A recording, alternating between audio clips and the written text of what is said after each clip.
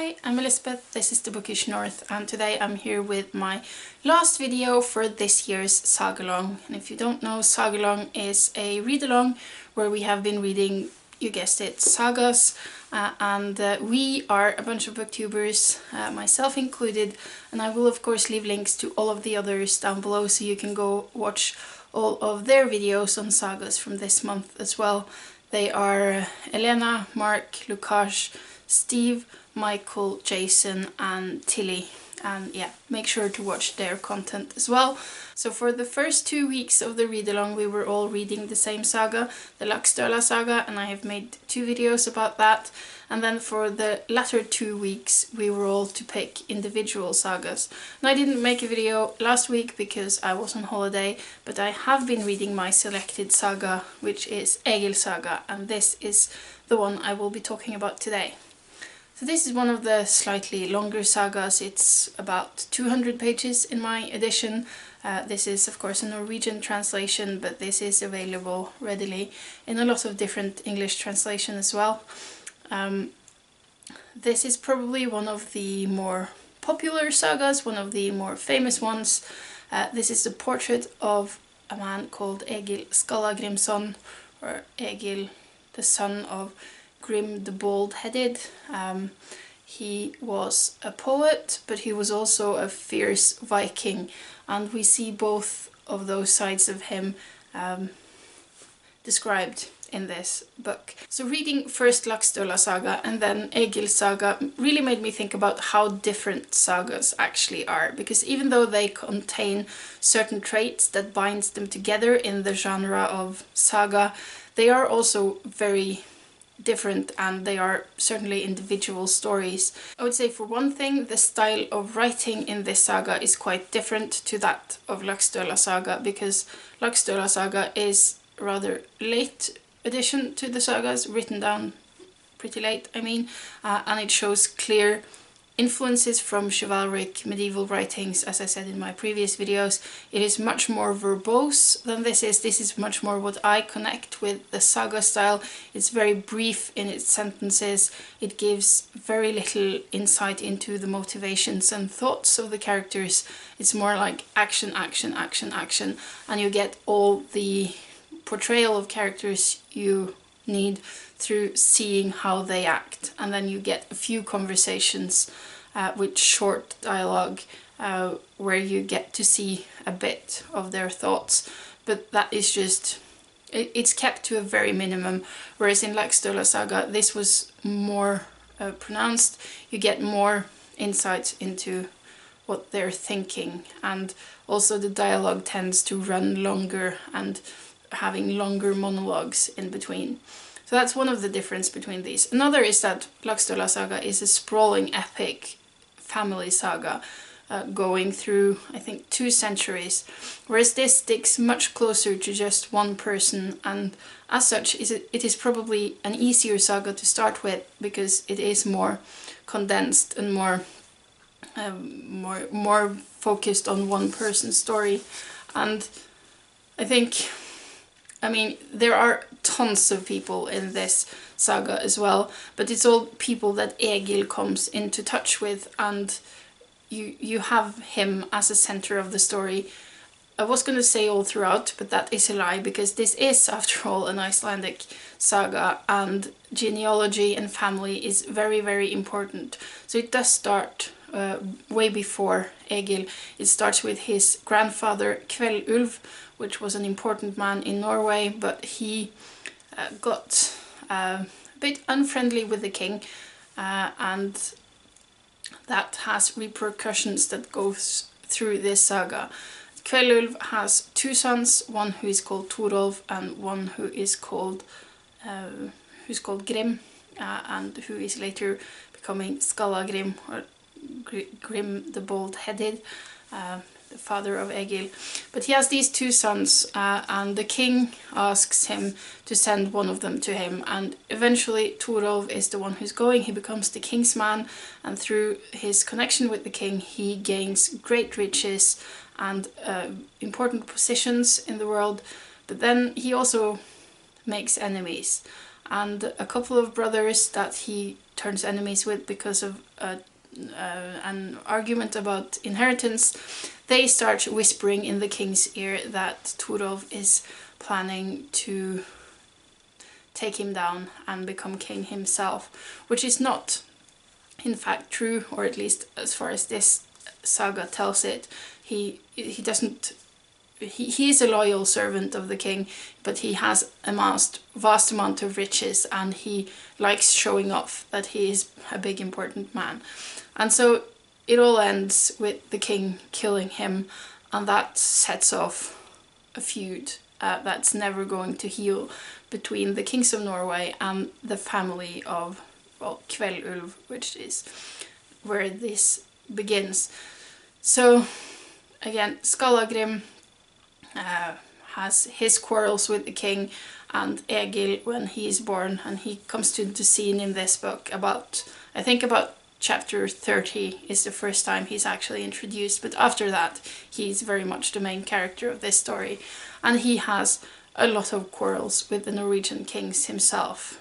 He keeps coming back to Norway even if he has been banished from the country. He doesn't really care about that. He comes and goes at his own wishes. But yeah, he never really gets on the right side of the kings of Norway. There are various throughout this saga. Even if I said you don't really get to know a lot about the motivations and feelings of the characters, you do really get a good portrait of Egil throughout this saga. He is a complex man. He is definitely a brute. He is a true Viking. He is described as big and burly and ugly.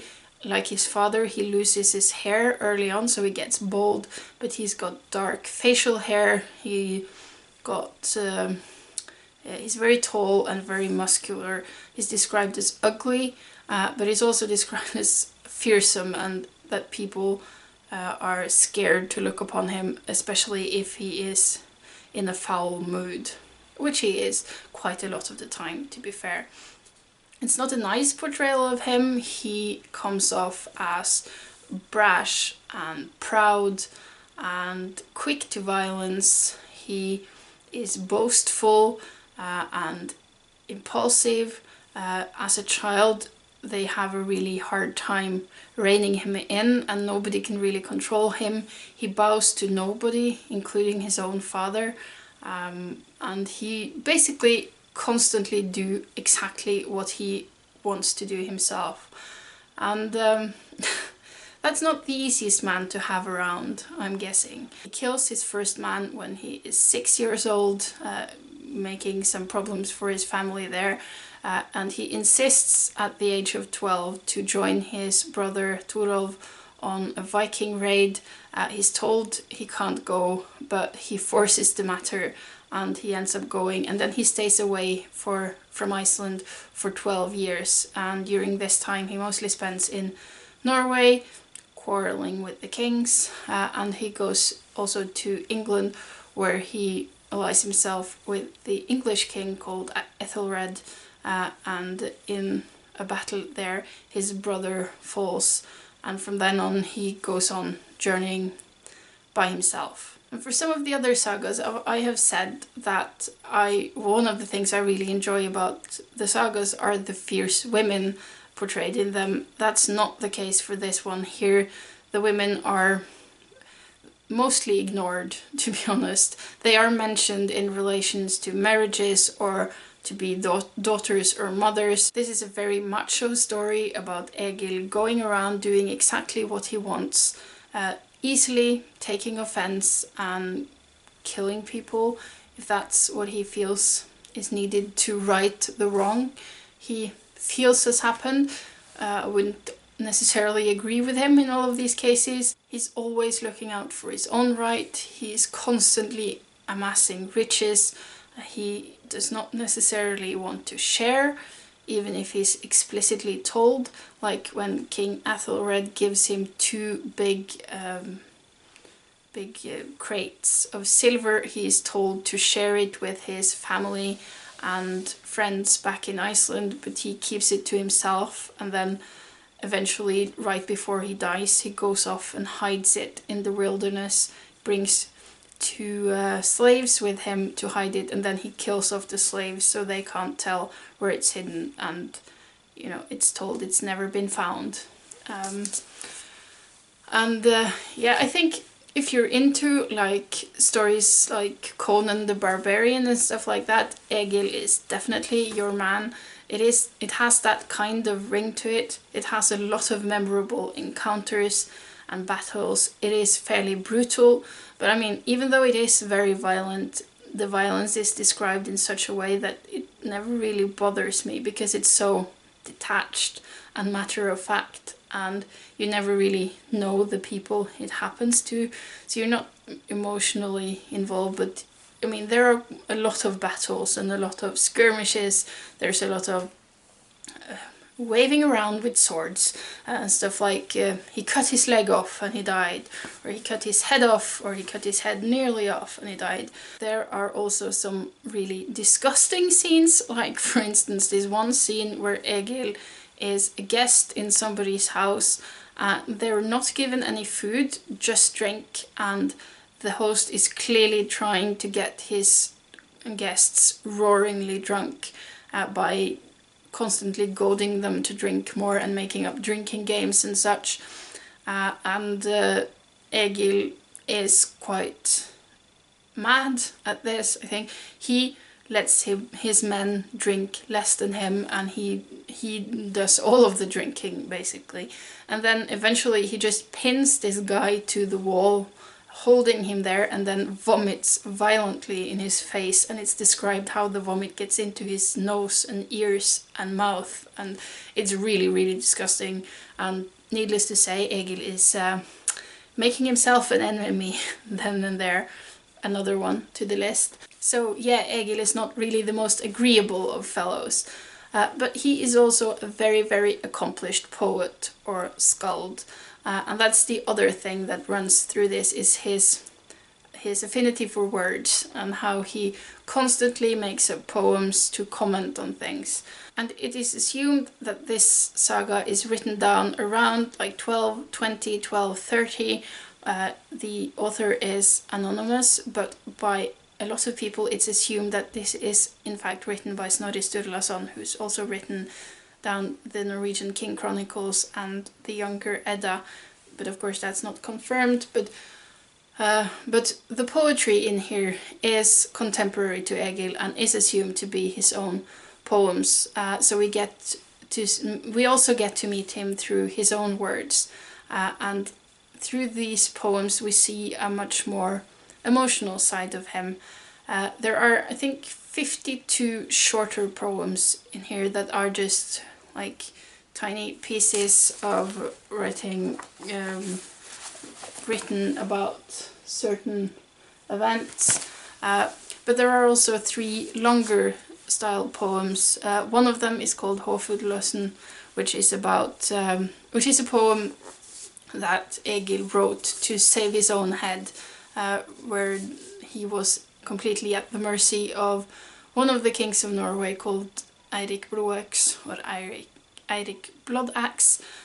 He, as in Egil, was stranded in England at the shores that was controlled by Eirik Blodaxe, and he went to the king and he made this honorary poem that got him to be able to leave. He bought his life with this poem, and he's been told that I wish now never to see you again, but you're allowed to leave my presence because of this poem. Then there's the most famous poem in here, which is called Sona Torek, which is a poem he wrote when his son drowned. He had also just lost another son to illness, and then his oldest son Bodvar died in a shipwreck and was drowned. And we hear about how Egil at this time retreats to his bed, refuses to get up, refuses to take any water or food. He's basically decided to just lay down and die because of the grief he's feeling. Then his daughter is called for, and this daughter we know from Laxdøla Saga as well, because she's the mother of Kjartan, who is an essential part of that story. But she comes in and she sort of tricks her father back into life again. By going in with him, she says she's gonna, if he's gonna lay down and die, she's gonna do the same. But then she tricks him into eating something and into drinking something, and then she tells him that he needs to write this honorary poem to his son because nobody else will do that. And after that, if he wants to die, he can do that, but he needs to write this poem first. And through writing this poem, he sort of reflects on his grief, and eventually he gets out of bed and resumes his life, and he lives on to old age. But this poem is very raw and emotional. It's filled with grief, and it is generally considered to be probably the most beautiful of all the poems we have handed down to us from this time. And that's probably the one place in this saga where you can really see the true emotions of one of the characters, and it's a powerful poem. It is it's worth reading even today, reading about this father's immense grief at the loss of his son and the anger towards the gods, and how he wants to avenge his son by going off to kill the god of the sea, but he knows that's not possible, and he's raging against this unfairness of it all, that he can't change what happened, nor can he avenge it, because it's nature that's done the deeds. So it's hard to just sit down and accept the fact that his son has passed away. His sons, I would say, has passed away. So yeah, that makes this story worth reading in its own right. But I mean, this story is a fairly memorable story, so would definitely recommend reading it if you're at all interested in sagas. This is a great saga to get into. We follow Egil all through his old age, where he becomes blind and his joints are aching, and we hear about how he's trying to sit in front of the fire to ease the pain of his joints, but he's been chased away by the women of the house for being in the way. So we see how this very important and very willful and powerful man becomes less so at old age, and how that harms him. But as I said, he manages to hold his own by going off and hiding off his riches and stuff. So I mean, he is fierce until the very end, and then when he eventually dies, his son Thorfinn is taking over the farm, and we hear about how a lot of his descendants have become important people as well, and we hear about this family being an important family still. Just a tiny note at the end that the interconnectedness of sagas, it's fun to see that in this we hear just a tiny snippet about how Egil's daughter marries Olaf På, which is something that happens in Laxdøla Saga as well, because that's the family we're following there. So we actually hear more about Egil's daughter in Laxdøla Saga than in this one, but the marriage itself is mentioned here, as that's where she went. And then it's also mentioned that Egil's granddaughter is called Helga, and she is the woman that's being fought over in the saga of Gunnlaug Wormstongue that we read last year. So it's kind of fun to see how all of these things connect into each other.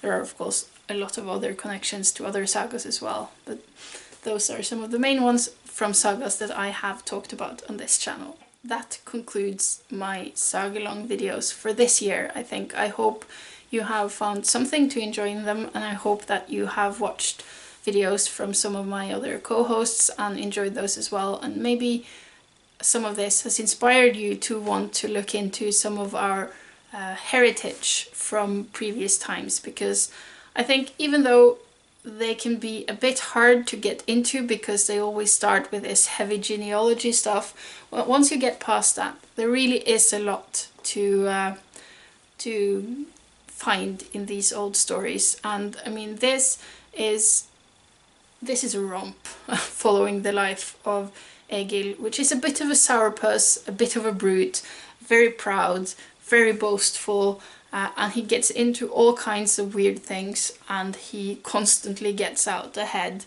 So this is a very entertaining story to read, modern day or not. So I would definitely recommend it. And with that, I'm going to end this video, and until next time, bye bye.